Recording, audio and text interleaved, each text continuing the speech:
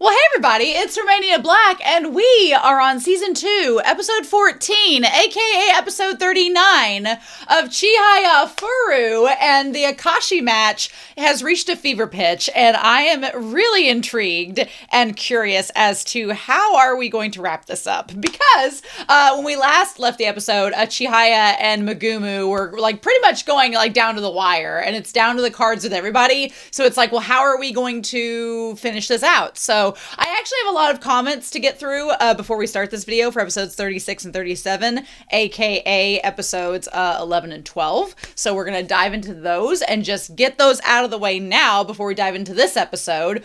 Lee HR for episode 36 says, seeing you crash out over all of the, mostly, pointless intra-team drama this season has to offer has been very entertaining, so don't feel bad. It makes for great reaction content. I'm glad that my struggles and anxiety bring you joy. Honestly, I'm glad that maybe in hindsight, this will all seem superfluous and be just ridiculous. But in the moment, it's been dramatic. I think me being a coach and seeing all of this drama happen, I'm I have no time for it in real life. So seeing it on this anime is just stop.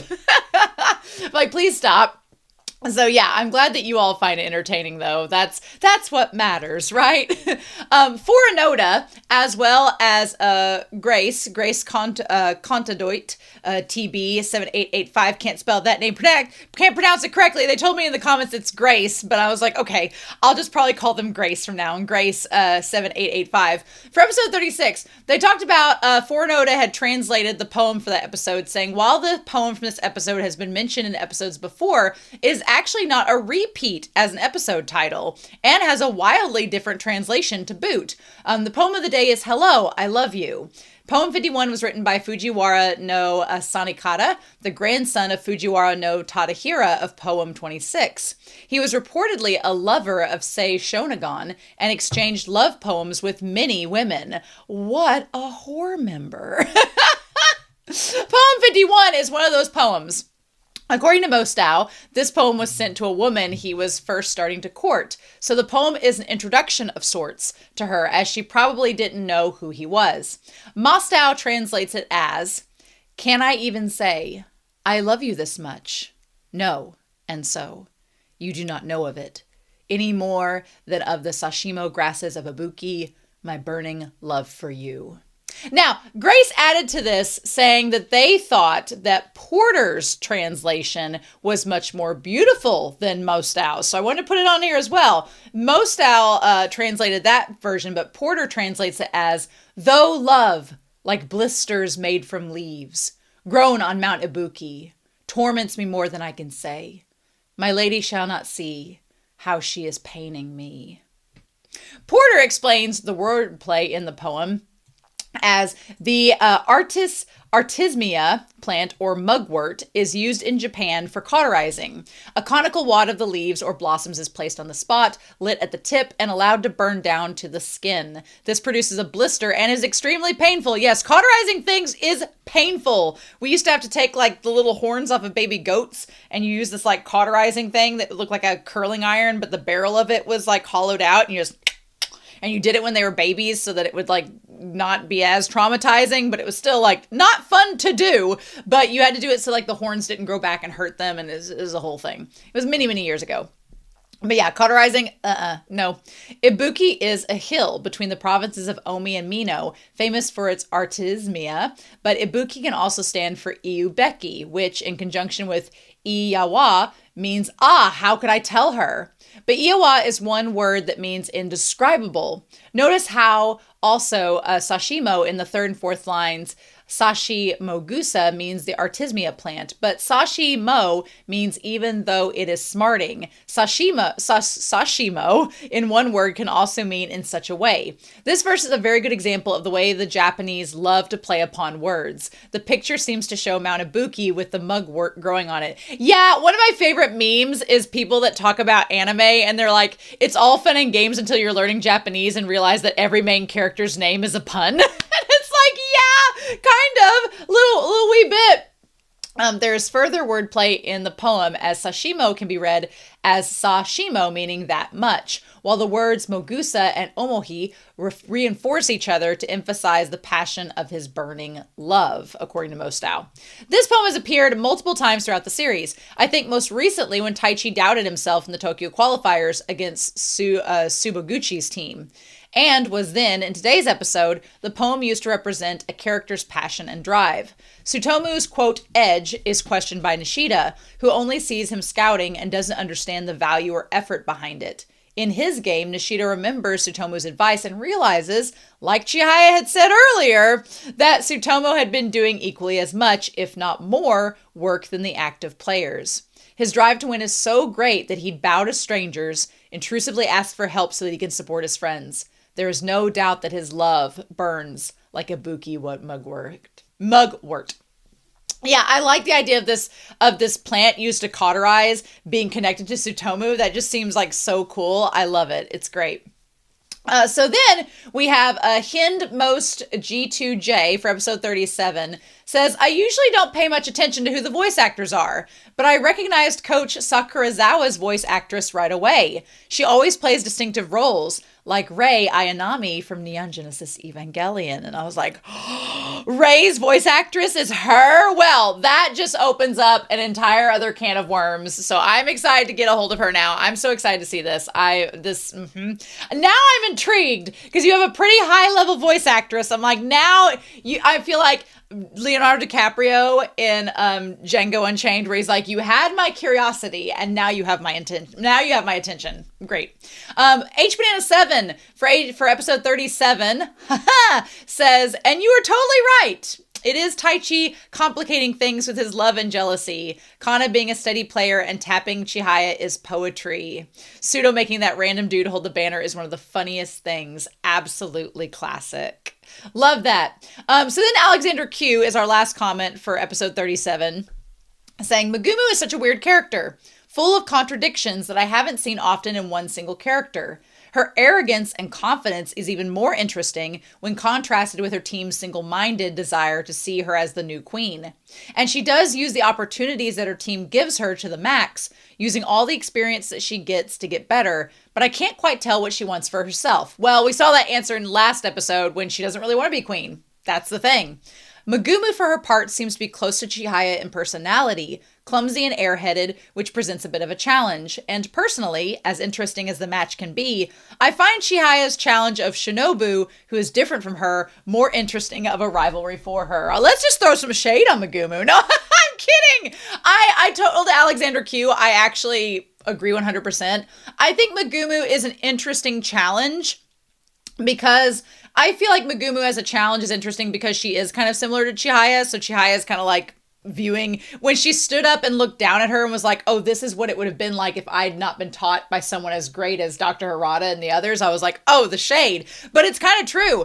And I think Megumu and her team are a great way to symbolize how much Chiahya and her team gel and the strengths that they have. So that's really good. But yeah, I'm all about Shinobu and her as a rivalry as well. So I'm in full agreement about that. But yeah.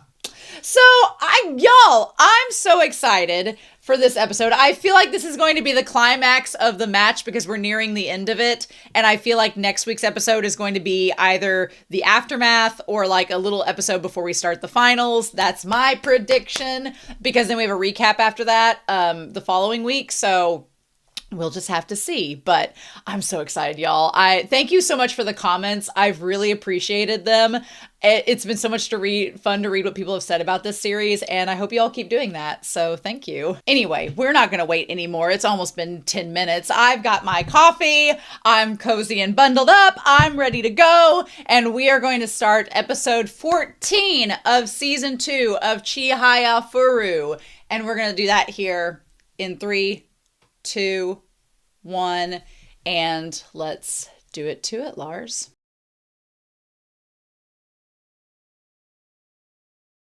Honestly, this match has been so good. I've really enjoyed this match. This was a lot of fun. And I honestly, like we talked about last week episode, I didn't know how it was going to go, if Chiahya was going to beat Megumu or not.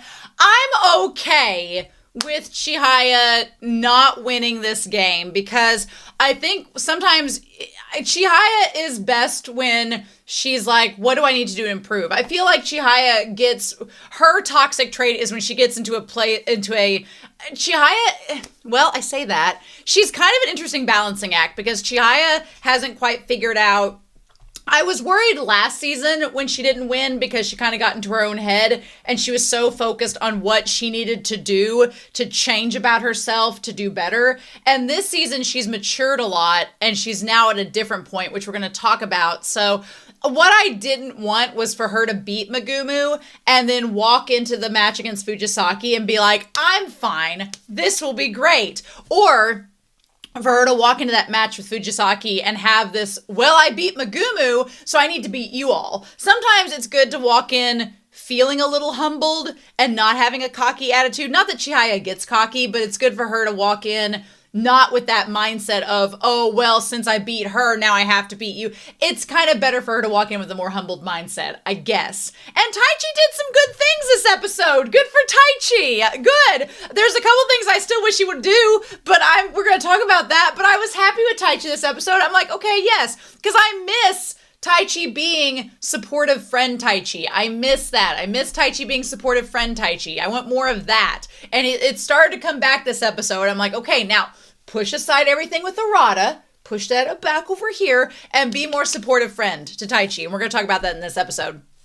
Because he started to do that again. I was glad that got brought up again in this. We're going to get past the recap and the OP and get into this. So there's some things we need to talk about. And White Raccoon has some new markers, so we're going to have fun with that. But White Raccoon's got new marker friends. Shinobu memorizing the start of each card is so crazy. But what makes it crazier is then Taichi's doing it during the match. And you're like, holy shit, Taichi's doing the same thing that Shinobu's doing. What? So we need to go back to our Venn diagram of everyone kind of and their traits together. So we have Taichi over here. I'm going to put Taichi right here. And Taichi has this trait of memorizing the cards. And I know if I do the Venn diagram, I feel like it's going to be wrong. And Shinobu does the exact same thing, right? So we have Taichi here doing this thing that Shinobu also does as well. Then you have Shinobu. She views Arata as an opponent that has beat her, that she wants to rival as well. And oddly enough, you have Taichi who kind of views Arata as an opponent as well, not just in the realm of Karuta, but also in the realm of romance, because he believes that Chiahya has a big thing for Arata, right? But there's also this aspect about Shinobu where she kind of idolizes Arata. She puts Arata up on a pedestal. I'm like, because Arata's been the one to beat her, and she's like, I have to beat him. But she kind of idolizes him. And that's kind of similar to, we have Chiahya over here, where Chiahya kind of idolizes Arata as well. Taichi views it as she has a crush on Arata, but she's still not really come to terms with that. She started to get like hints of it like past the radar, but she didn't really go anywhere with it. She still just idolizes him as her inspiration, right? Meanwhile, Arata, our precious angel being Arata, who can do no wrong for the most part, views Taichi as an inspiration. God, I wish they could talk. I wish they would just talk. But he also views Chiahya. I think that they both view each other, and I'm going to put a cross over here, as an inspiration for each other, right? Arata's too innocent to have any type of romantic inquiry into anyone yet. It just isn't going to happen. I want to make note, when Arata thought of the team winning, the first person he thought of was Taichi. I'm just saying, Taichi. Why can't this show just let us have Yuri and let us have BL? We would have solved all the problems by now. Just let Taichi and Arata be together. Let Chiahya and Shinobu together. Quit being cowards. Just let this happen. We would have no issues. But no, heteronormativity says we can't do it, and I'm pissed off about it. Why can't we have nice things, show? Why can't we have nice things? But anyway, I think it's interesting that Shinobu is memorizing all the cards like Taichi does. The thing that's so crazy about this is within Shinobu is something that Taichi doesn't have. And I'm not just talking about a uterus. I'm talking about her confidence. Her confidence. Shinobu has more of it than these three combined at this point.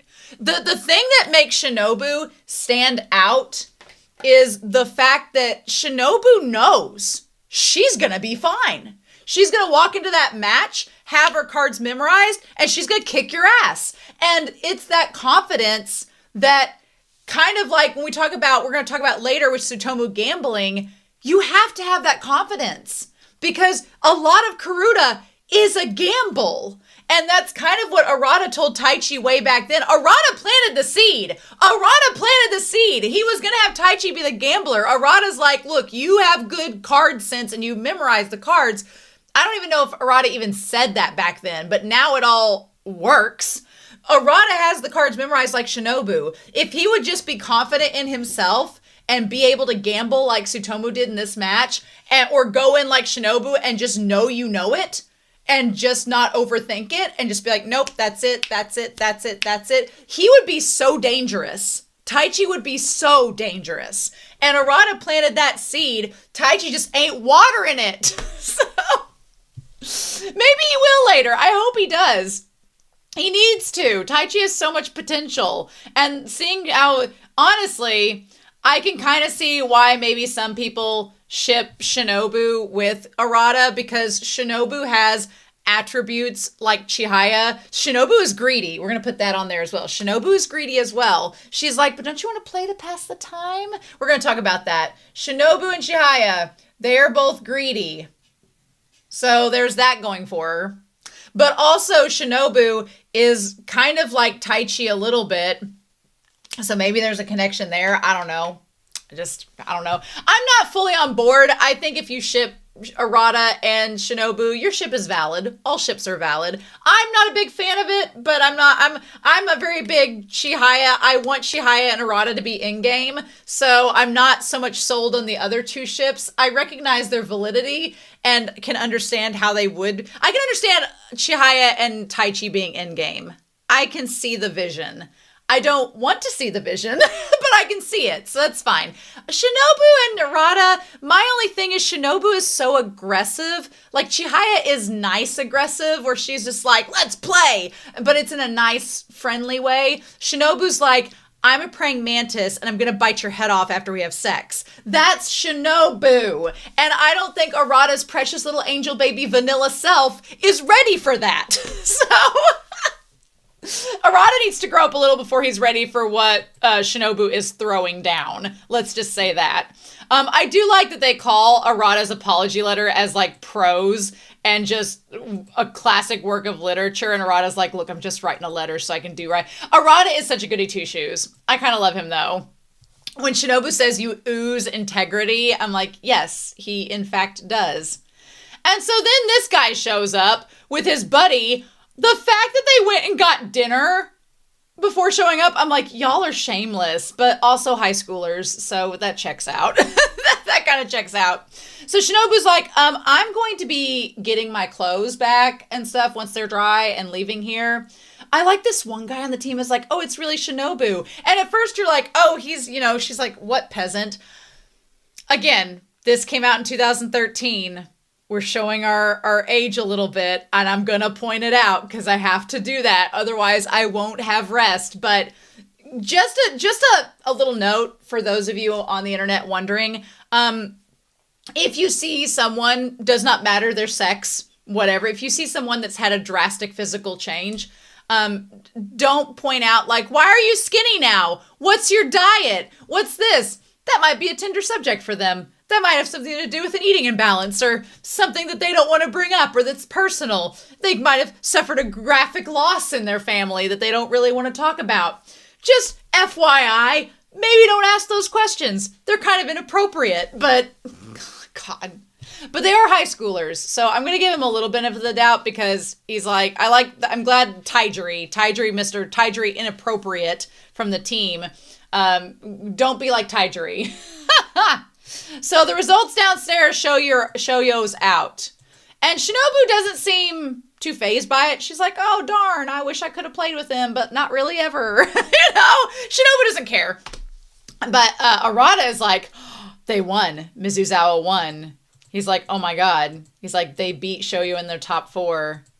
And the first person he thinks of is frickin' Taichi. My dude, if only you knew, Taichi, you were the first person on Arata's mind. And Shinobu notices this. She notices and she's like, oh. She's like, oh, those team games, they seem like a fun type of recreation. It's fun to do things together, Karuta or otherwise. I'm like, are you mocking him, Shinobu? Are you mocking him now saying that? She's like, I find it relaxing to watch.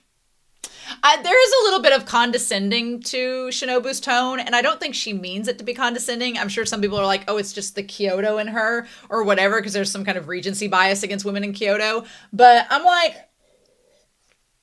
she is being a little condescending here because she says, let's just play a game to pass the time. And I think that goes into something else that we get into here too, is that for Shinobu, she views matches as a way to pass the time. A way to pass the time while she's looking for a strong opponent, right? I like that Arata is like, I'm taking the day off because I'm being punished and I'm waiting for the individual matches tomorrow. And plus, I'm not going to let you have a sneak peek at how I play. No. So good on Arata for saying no. She's so pushy and aggressive that I'm glad Arata like tells her no. And she has no choice but to listen because she's in a public place. So, but yeah, I think that there is an inherent sadness to that of Shinobu just playing matches to pass the time. Like it's interesting because we saw that with Megumu in this episode, and in the last episode, Megumu didn't really want to be queen. She was just doing it because she was kind of half pressured by her friends, and she thought, well, I'm enjoying this, so why the hell not? So there's kind of like this inverse between Shinobu and Megumu, where you have Shinobu. We don't know what Shinobu's motivation is. To be honest, she just does it. She's good at it. She just does it. But we don't know. She has a fascination by it. Her grandmother's connected to it, but her grandmother wasn't like a mentor or anything. So we don't really know what Shinobu's overall, like, she's the queen because she's the best, but is she just playing Karuta? The thing is, my question with Shinobu is, does she like it? And you better believe, if Chiahya finds out Shinobu doesn't like Karuta, the earth will shatter. Chiahya will fall to her knees and be like, Shinobu, you don't like Karuta, and will make it her life mission to teach Shinobu the value and love of Karuta and why it's the most fun thing in the world. You know that's going to happen. So does Shinobu like Karuta? If not, why not? Why are you playing it if you don't like it? Unless, again, this kind of ties to the whole thing with Taichi. And why Shinobu is kind of like Taichi in a way is Shinobu only playing this game because she's good at it? And she's like, is she one of those kids that growing up didn't like to play the game unless you won? And once you started losing, you're like, well, you're cheating. I don't want to play anymore. It doesn't seem like that because she wants to play Arata and she wants to beat him. So it doesn't quite seem like that. She likes the rivalries and she wants to play strong people. So I don't think it's that. But why? The big question is she playing it because she's good at it and finding a rival? Again, that would make her similar to Taichi, but also polar opposite of him, because when Taichi was younger, and this isn't necessarily all Taichi, it's his mother too, but when Taichi was younger, if he wasn't winning something, his mom dissuaded him from playing it.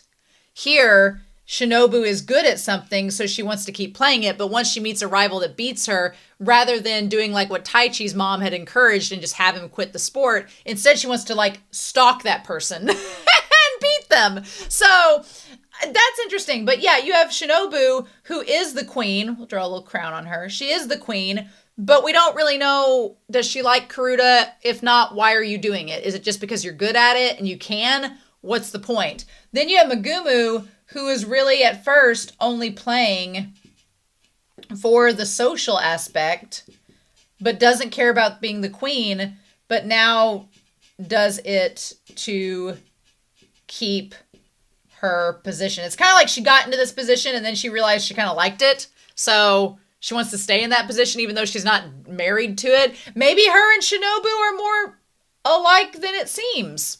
Maybe Shinobu got to the queen position and she's like, I really don't want to leave this. Maybe, you know, she's so used to routine. She's like, oh, well, I'm queen. I can't quit now. I don't know. And then she goes back to, yeah, wow, reading all of the cards. And the thing about Arata is Arata doesn't really judge her, which why would he? He's just like, that's cool. And she says a team tournament, that's for players who don't love Karuta. That's what she had said, right? And then she looks over to Arata and is like, you know, I might not present. I like how she's so innocent with it. She's like, I might not present much of a challenge, but, you know, why don't we play a match right now? And all those guys, and yeah, I don't think she's such a praying mantis. Whatever. In this shot, she's like, I don't think I'd be much of a challenge. And she's like oozing poison vibes. And Arata's like, no. She's like, we could kill some time. And all those guys are terrified of her. And Arata's just like, no, I can't play. She's like, why not? He's like, today is a day for teams. Here's the thing. Arata may be the only man in this series, if we're going to go heterosexual coupling, which this series author seems to be doing. If we're going heterosexual coupling, I mean, Arata may be the only one that can handle Shinobu and put her in her place, because everybody else is just terrified of her. But I feel like Arata deserves someone a little bit more considerate of them. I don't like the idea, and this is kind of interesting because it's sort of reversing the gender. Usually, sometimes it's like, the female character will settle for the guy character because, well, this is my only option. I don't want Arata to settle for Shinobu because she's the only option. You know, one of those things. I don't want that to happen, right? But the thing that this mangaka is not doing is letting us have moments with Arata and Taichi and Chiahya together. So it's really hard to kind of gauge how their dynamic is when the mangaka is not giving us any scenes with them. So I'm like, what are we supposed to do with that? But anyway, so she's like, oh, okay.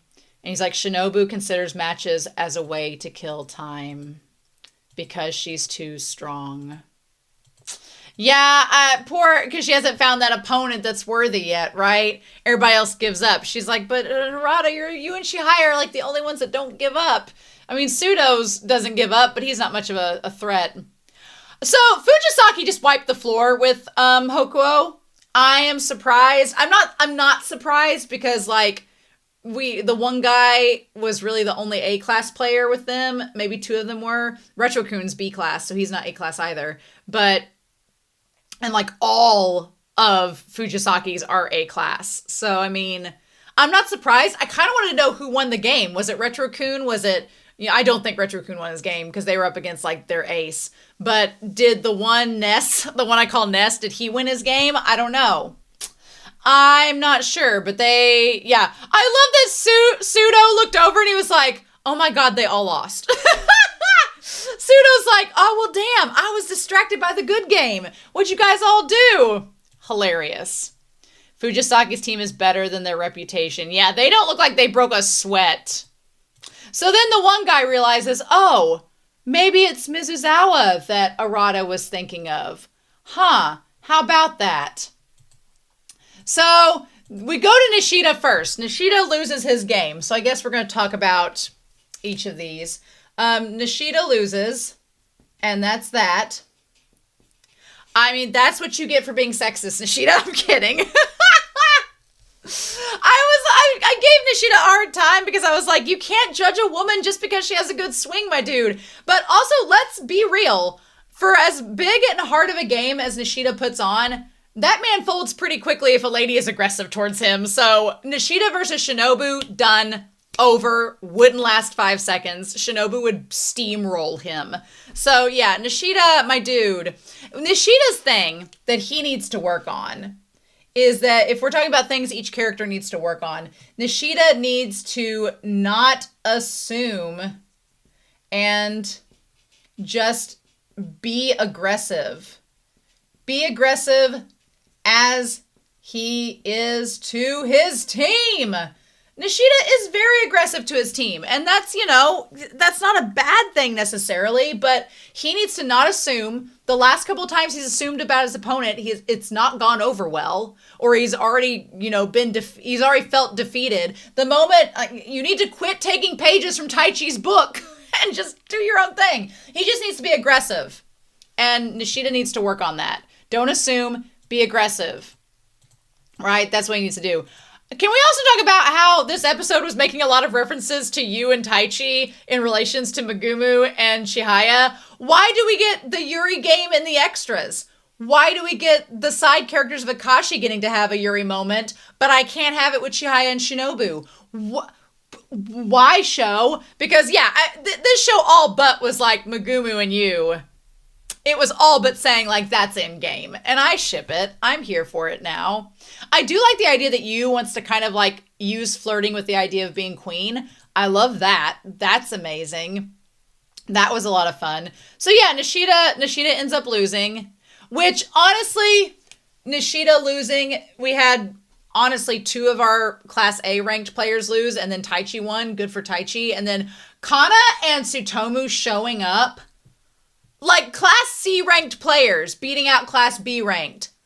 At this point, the rankings in Karuta are about the Saiyan power levels. They're just not as accurate as they were at the beginning. They're not as good of a judgment on how you're going to do as they were in the beginning of the series, right? Because Tsutomu and Kana totally proved it wrong, which I'm like, hell yeah, you did.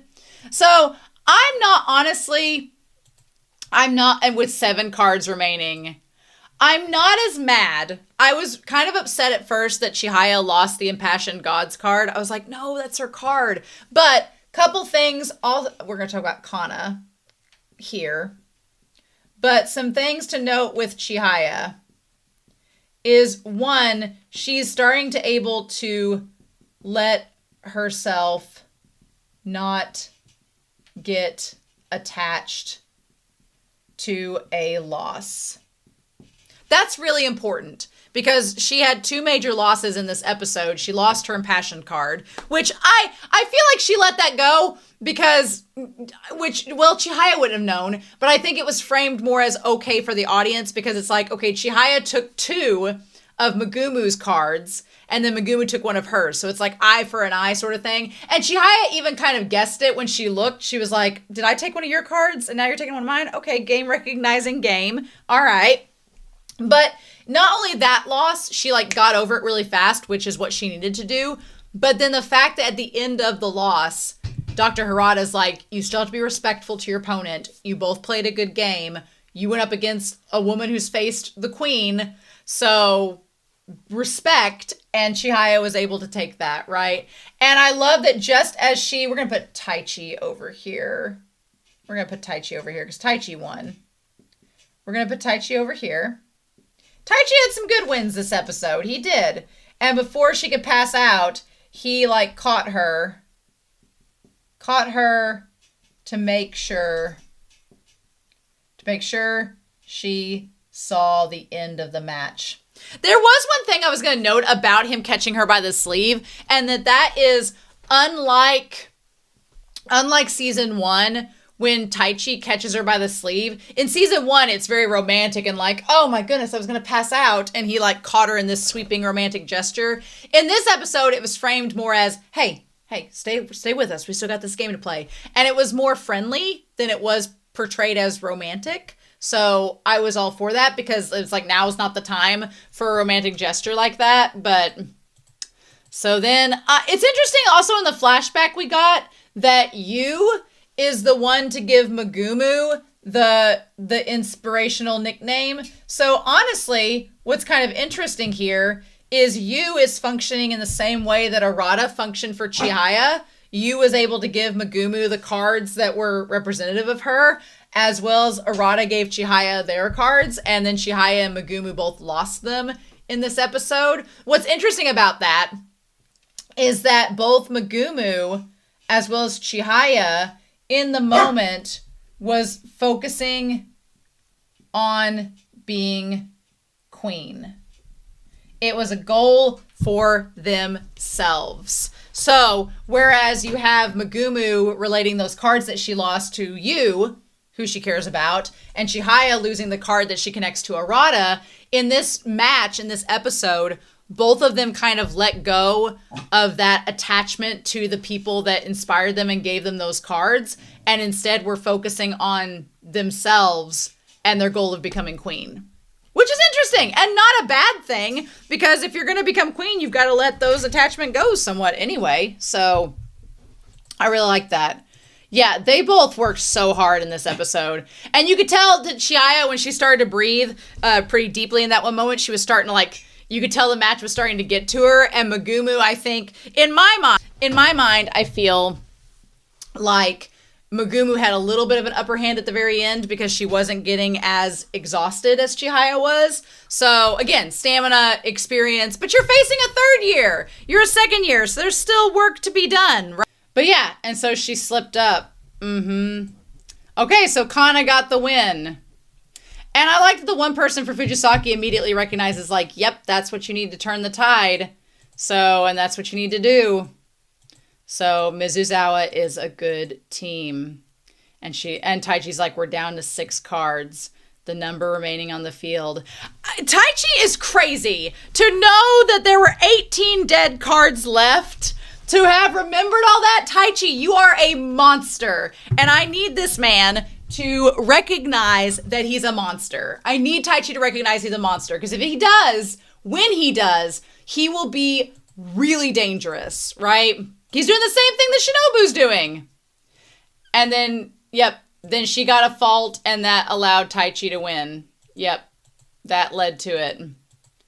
She's like, I never knew there were such strong players. Megumu saying that. Her speed is real. I just love the idea that all of these women are deciding that Chiahya is their new opponent. All these women getting Yuri crushes on Chiahya. We love to see it. But yeah, then Taichi gets 2 wins. Love that for him. But I think it's ironic that Taichi got the card that represents Chiahya and Arata together. Taichi got that card and Chiahya lost it in the moment. And poor Taichi, he looks really concerned, seeing that she lost the card. And I love that whenever Megumu shows her the card, she's like, this is payback. I feel like Chiahya probably maybe acknowledged that or thought, okay, holding a grudge, sure thing. Bellatrix was playing it safe. The girl with the glasses went in aggressive. But again, I like that Chiahya didn't get so frustrated that it threw her off her game all the way, right? It's just game recognizing game. I love Pseudo saying it's pathetic you all lost. How could you? I want to hear Pseudo get onto them after this. But yeah. But it was close. Chiahya and her, I feel like it was close, but also where was the card on the mat? Was the card on her side? Yeah, it was on her side. And then this thing here, when you battle, we want to watch. The guys are talking about Megumu and Chiahya. When you battle with strong friends. Megumu and you, strong friends. Chiahya and Taichi, strong friends. But in that case, they are right now, right? They could become a ship later. And then saying, encountering strong enemies, which is Megumu versus them, realizing your true potential. Yep. And then in that moment, Chiahya was just kind of wore out. You could see it. Which she's been playing some tough games all throughout the day. And she's like, Megumu. And then that's when she smacked it. Let's work hard to face each other. We can't let... Yep. And so we can't let Shinobu-chan be alone forever. I wanted to zoom in on the picture of Taichi and be like, hey Taichi, I don't know how to tell you this, but these 2 women are pining over another woman. Not Arata doesn't care, but Taichi cares. No, these women, the people will always ask who I'm pining for. I love that in this episode because who they're pining for is not Arata. Who they're pining for is not Taichi. Who they're pining for is not any man in that room. They are pining for the queen and the chance to face her and take the crown from her. That's what they're pining for. And it's So good. And the fact that Shinobu recognized the card being read, she's like, my telepathy kicked in. People would always ask if I was pining for someone. I thought I heard that card since I could being read. And Arata's like, I don't know. Arata's like, I don't know. Were you? It's great. That shot of Chiahya at 12 minutes 51 seconds of her smacking the card, amazing. Love it. Yep. No matter how much it may hurt, you must show your respect. Mm-hmm. And the moment that Chiahya had the Tai Chi bangs where you can't see her eyes, you're like, okay, she lost. Ugh.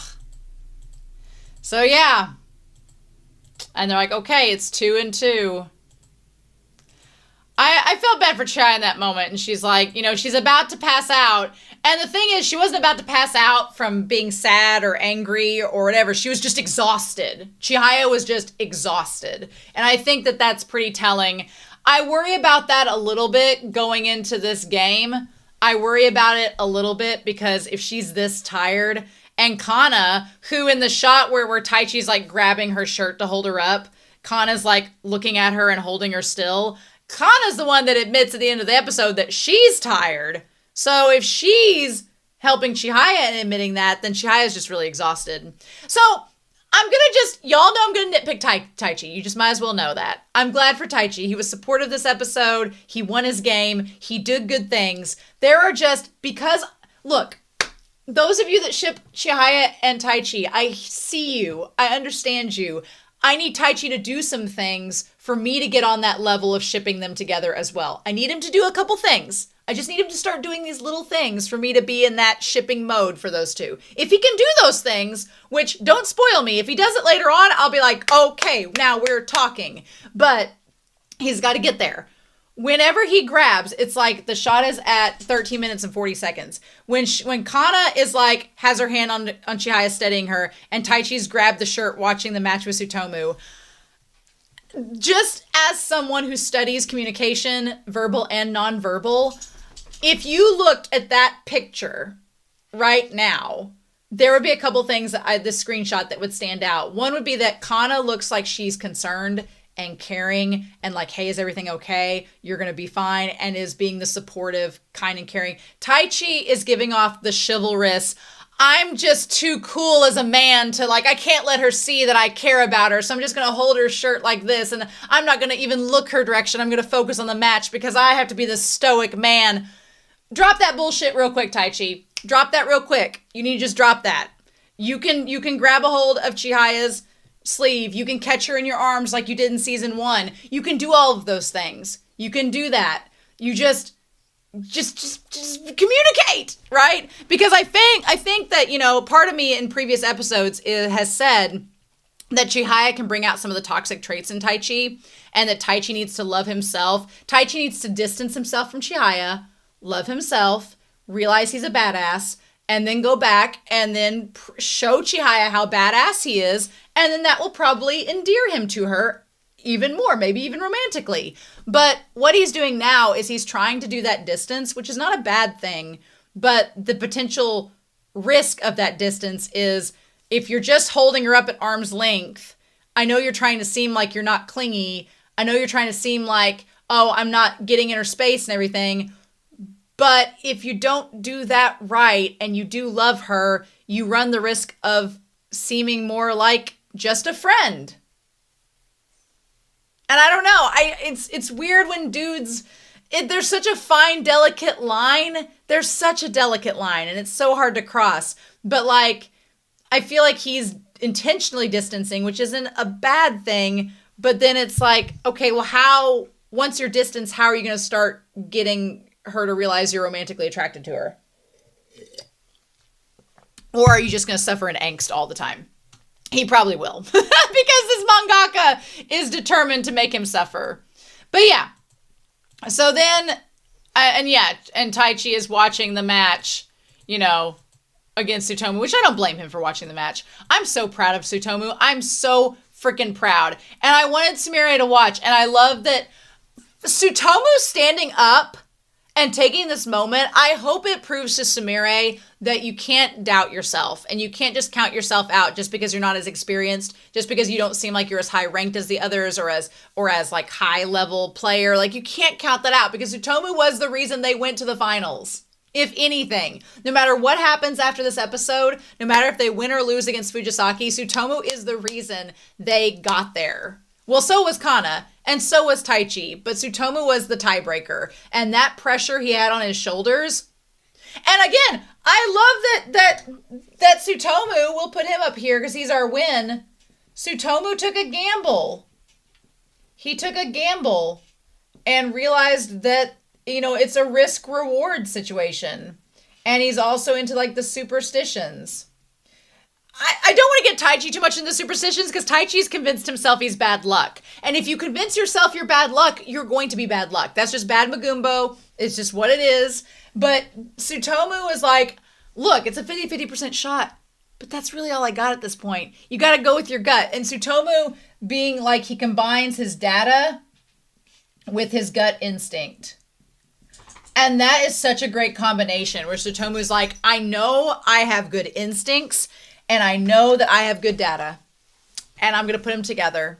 And that worked out for him. I freaking loved it. I loved Tsutomu in that moment. And I loved him saying that, yes, Karuta is scary, but that's kind of why I do it. It's worth it. I love it. Oh, it's so good. And Chiahya's like, he made it! I love that Tsutomu has big blush on his face. It's so good. Love it. So the poor coach for Akashi is crying his eyes out. The coach for Fujisaki, she looks so unbothered. She's just like, my scout got all the information. We're going to be great. And then the Empress is like, the second years really gave it their all. You can tell that the first years are like, holy shit. Like, we got to pick up our game. I did like the subversion that Megumu was like, I'm not going to destroy the camera. I'm going to take the footage for myself. Like, that was really cool. I love that she's like, I love that she went from, she's like, you guys got the whole match. Not only does she want the pictures for sentimental value, but she also will possibly train with them to do Karuta beyond this. And I didn't really let it sink in until then, but she's like, I thought I would stop playing once we couldn't play as a team anymore. She's like, but I kind of want to keep going. That's when you know you're hooked. When you decide that you're going to do it on your own and keep going with it, that's when you know.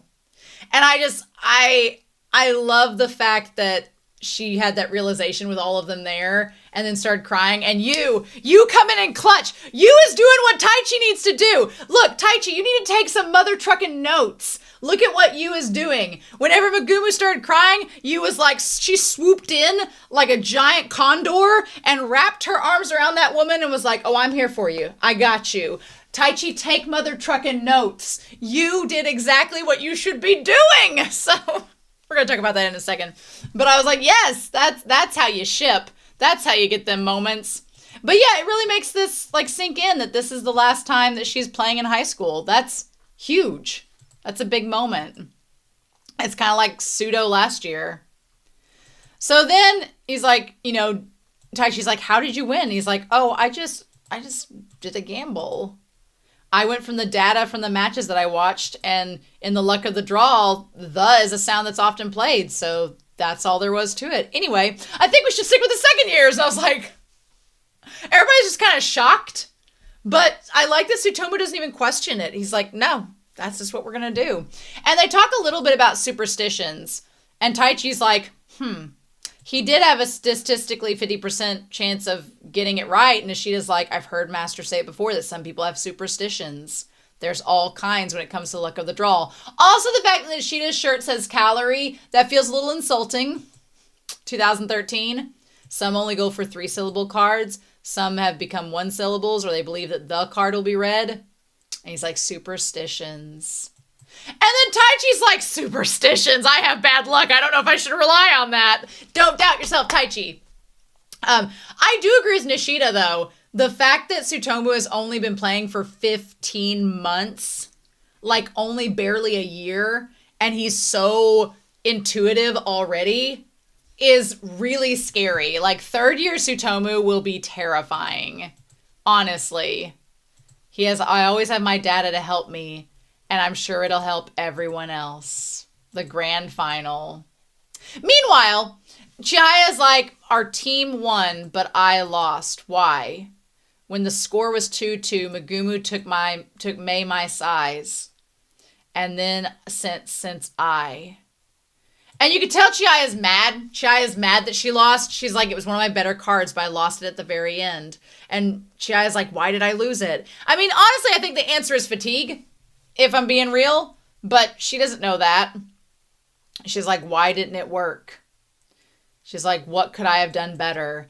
I will give Taichi a lot of props in this moment because I think Taichi could sense that Chiahya was suffering from the same thing he suffered from in matches, where afterwards you're thinking, what did I do wrong? What did I do badly? What could I have improved upon? And she's focusing on all the negative, and you can tell because if you do this with your hand right now, to leave prints, like I can do that fairly hard, but it barely leaves an imprint.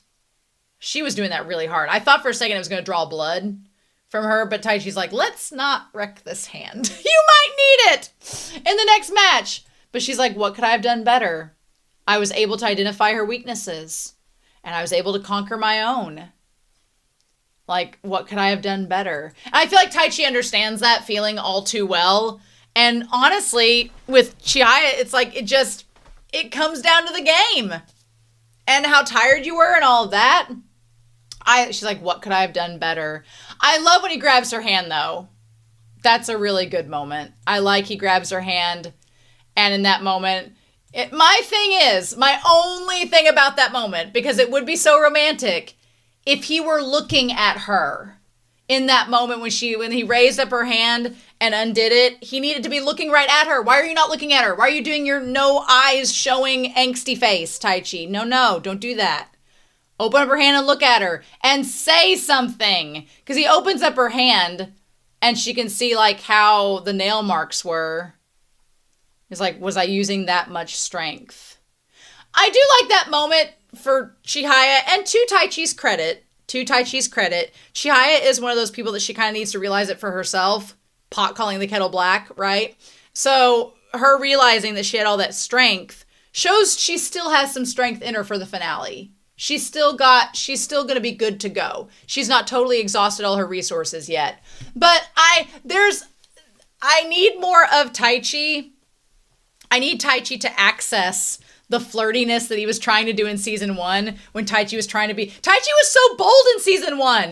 The eating out of the spoon and like getting up next to Chiahya and being kind of like jealous, protective, could be boyfriend. Like sometimes that gets over the top and goes too far, but I need Taichi to rein that in, and I need less of this stoic, chivalrous knight on a white horse Taichi, and I need more like compassionate friend, could be your boyfriend Taichi is what I need, right? Because I appreciate him grabbing her hand and undoing the tension. Like that was really cute. I liked that a lot. But then when she looks at him, he's not even looking at her. He's like looking away. And that makes it feel like there's distance between them.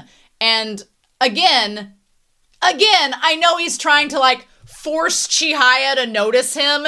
And that makes me a little bit irked because I'm like, I don't want this series to be like her being like, I guess I should like him. I don't want it to be that. I don't like that at all. I'm like, just say shit. Communicate.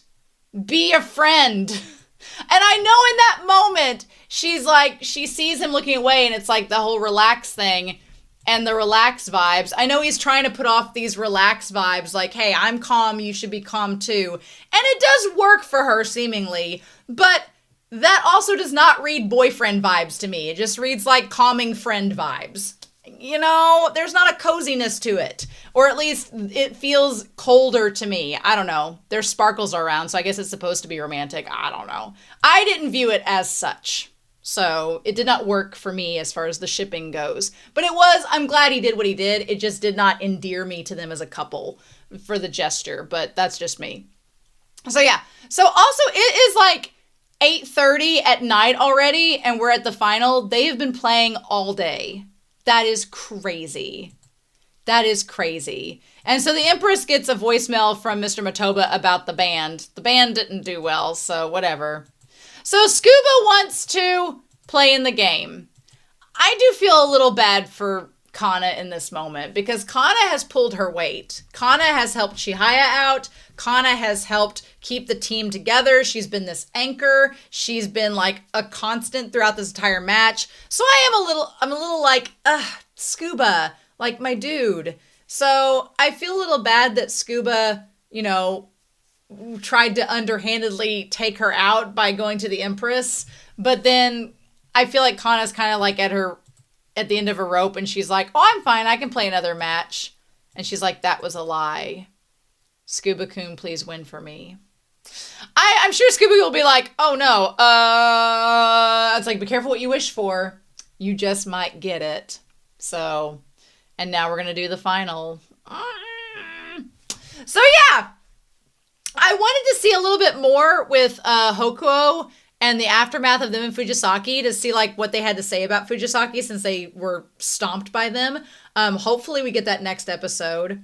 I'm glad Taichi's doing some more gestures and calming Chiahya down. Good. Now quit being a robot. That's why I need Taichi to quit. Quit being robot, Taichi. Come on. Get it together. But I'm sure he will. We got to do baby steps with this damn boy. I swear. But anyway, I'm really excited to see how this final is going to go down. I do not think they're going to win. No. They struggled with this team. Fujisaki, I feel like Fujisaki is going to be a learning curve. Fujisaki is going to steamroll these guys, is my prediction, but they're going to learn a lot from this match and a lot about facing their opponents. And Scuba is going to do nothing against a Class A player. Let's be real. Kana probably wasn't going to either, and Kana's exhausted, so it seems she's kind of crashed out. Scuba's not going to win. I don't think Tsutomu is going to win. Nishida's probably not going to win. So then it's down to Chiahya and Taichi.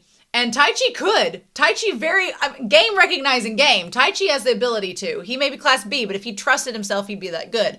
Chiahya could probably beat somebody on their team, but I don't know if she will or not. I don't think they're going to win. I could see them getting shut out really easy, but I don't know. We might be surprised. Tsutomu shut out this one, so I don't know. But I feel like this episode, if anything, is going to be a learning curve to let the team learn about facing like a top tier multi-champion team. And then we have the individual matches, I'm assuming for the rest of the season, that we will be able to focus on and maybe get some more with Arata. Maybe Arata will get to see them. This mangaka is such a winch in terms of not letting us have Arata interactions with Taichi and Chiahya. It's a bit much. We're almost to the end of season 2 and we've gotten practically nothing. So I'm like, she's just edging us. And I don't play that. That's not my kink. So anyway, I hope y'all enjoyed this reaction. I'm excited to hear your thoughts down below. I hope y'all have a wonderful week. Please stay safe, take care, and yeah, I'll be back to start the new year off right with episode 15 of season 2 of Chihayafuru. And I'll see you then. Bye.